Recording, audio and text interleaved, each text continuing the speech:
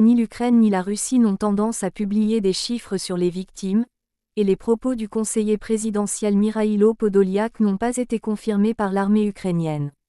Le mois dernier, le général américain le plus haut gradé, Mark Milley, a déclaré qu'environ 100 000 soldats russes et 100 000 Ukrainiens avaient été tués ou blessés depuis le début de la guerre. S'adressant à la chaîne de télévision ukrainienne Channel 24, M. Podolyak a déclaré que Kyiv parlait ouvertement du nombre de morts. Il a ajouté que le nombre de civils tués pourrait être significatif.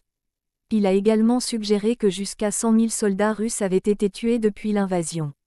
Dans une allocution vidéo mercredi, la chef de la Commission européenne, Ursula von der Leyen, a déclaré que 100 000 soldats ukrainiens avaient été tués. Cependant, un porte-parole de la Commission européenne a précisé plus tard qu'il s'agissait d'une erreur, et le chiffre faisait référence aux personnes tuées et blessées. Madame von der Leyen avait également évoqué 20 000 morts parmi les civils ukrainiens. Après leurs entretiens à la Maison-Blanche, les présidents américains et français ont publié une déclaration commune s'engageant à continuer à soutenir la défense de la souveraineté et de l'intégrité territoriale de l'Ukraine, intensifiant la livraison de systèmes de défense aérienne et prévoyant une conférence internationale sur l'Ukraine à Paris le 13 décembre. La suggestion du président Biden selon laquelle il était prêt à parler aux dirigeants russes s'accompagnait d'une forte mise en garde et son homologue français a déclaré « Nous n'exhorterons jamais les Ukrainiens à faire un compromis qui ne sera pas acceptable pour eux ».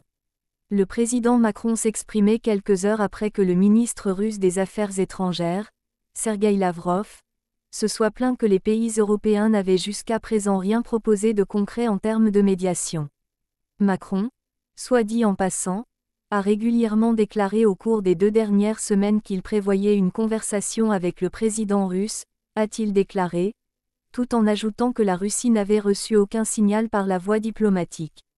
M. Lavrov a cité l'ancien secrétaire d'État américain John Kerry comme le genre de personnalité qui, dans le passé, a été capable de résoudre des problèmes et d'engager un véritable dialogue. Dans d'autres développements, l'armée ukrainienne a déclaré que la Russie utilisait des missiles factices à capacité nucléaire pour épuiser les défenses aériennes de l'Ukraine.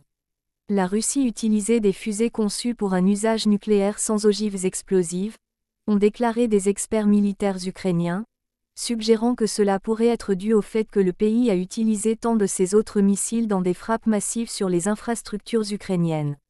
Un autre conseiller principal du président Zelensky, Oleg Ustenko, a accusé BP d'avoir droit à des centaines de millions de livres en argent du sang, provenant d'investissements en Russie.